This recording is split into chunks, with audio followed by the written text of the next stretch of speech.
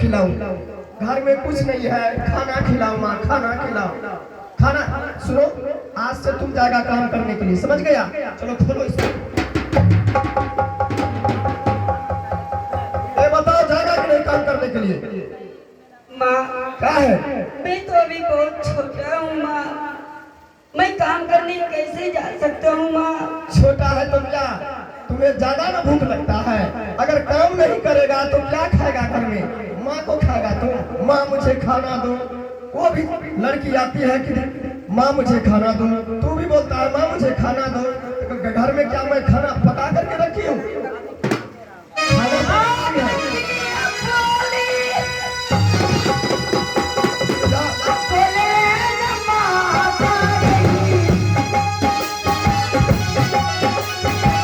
ऐसा मुझे कुछ नहीं चाहिए।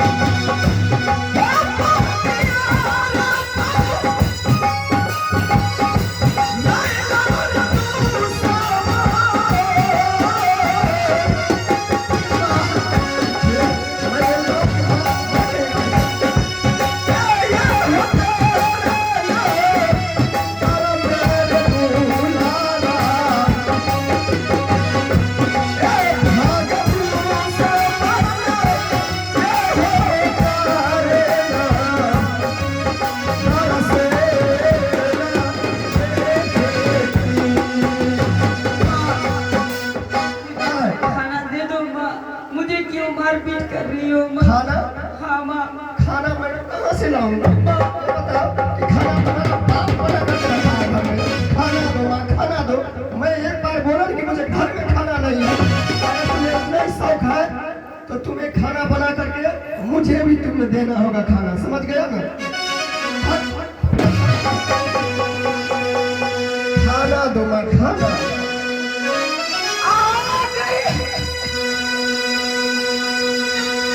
मर जाओ, मर जाओ। मुझे जोर से मैं मर जाऊंगा माँ। मर जाएगा? मर न जाएगा तू? नहीं माँ, नहीं माँ, नहीं माँ।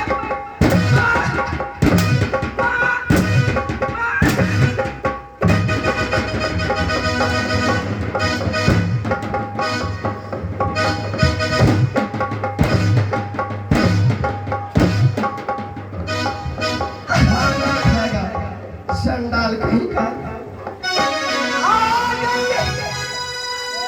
माँ कहना तुम भूल जाओ, समझ गया ना? मैं माने नहीं। अरे मर जाओ, मर जाओ, समझ गया ना? माँ कहना तुम भूल जाओ, मैं तुम्हारा माँ नहीं हूँ।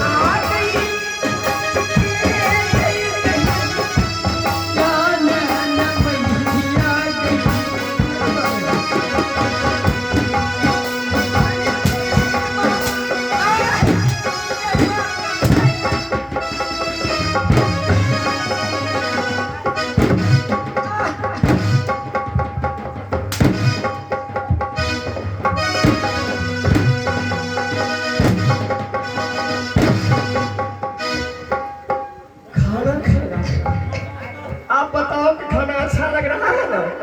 खा करके गधा हो गया है, न बोलने का ढंग न चलने का ढंग। कहीं से आया तो माँ मुझे खाना। नहीं बनूंगा माँ, नहीं बनूंगा।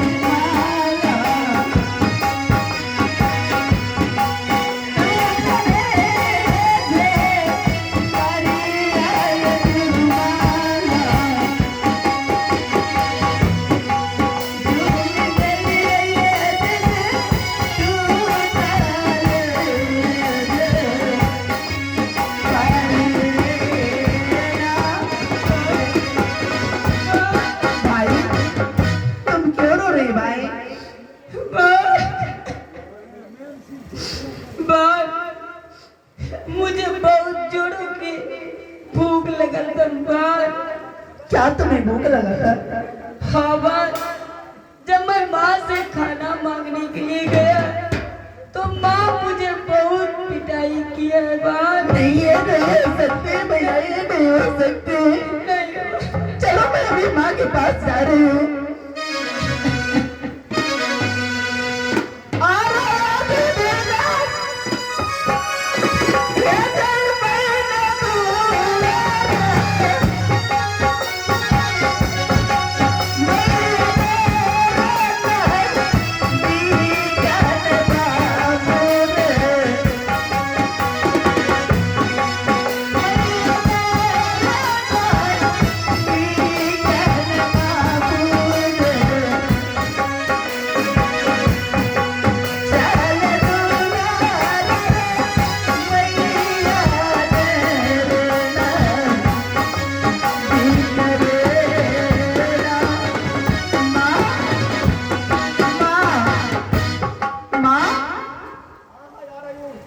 माँ,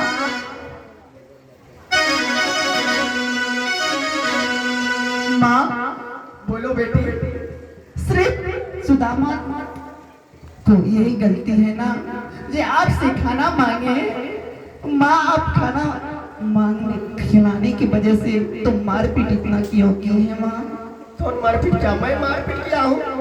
माँ बोलो। सुदामा को खाने के लिए क्यों नहीं दिया माँ? कहाँ से दूं मैं खाना? कहीं से आया घूम के, माँ मुझे खाना दो, खाना दो, खाना। क्या मैं उसके लिए कि खाना बना करके रखती हूँ? जिधर से आया खाना मांगा तो मैं दे दिया इसके आगे में। सुनो माँ, क्या सुनो? मुझे तो मारपीट देखते तो मैं बर्दाश्त कर लेती हूँ, लेकिन ये छोटा भाई सुदामा है, इसे क्यों मारती है माँ? इसे क्यों मारती है? तो क्या इसको मैं प्रणाम करूँ? माँ इसे मत मारो, क्योंकि अभी मेरे भाई छोटे हैं। छोटे हैं तो तुम उसको बना कर दो खाने के लिए। सिर्फ तुमसे खाने तो मांगी माँ, बोल रहे मैं रात में खाना नहीं खाई माँ। अभी मांगने के लिए खाना गए तो माँ ने मुझे बहुत मारा। क्यों नहीं मारोगे? अगर तुम्हें इतना दर्द है तुम अपना भाई पे, तो उसे बोलो कि माँ से खाना नहीं मांगे, तू बना करके दो। अगर नहीं बनाएगा तो तुम और इसको भी लेकर के जाओ काम करने के लिए, कमा करके पैसा मेरे पास।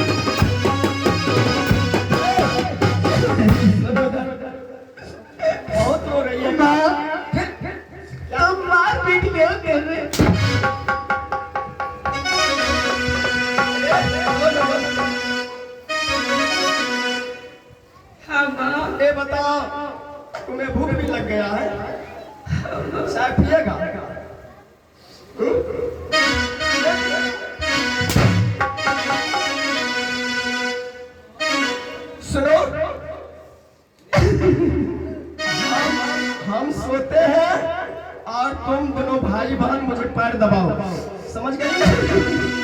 क्या दबा दी नहीं? आगे जाते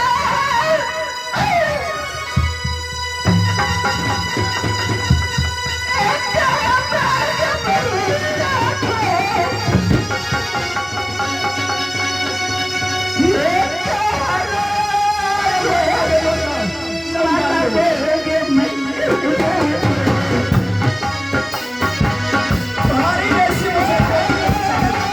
समझ गई ना?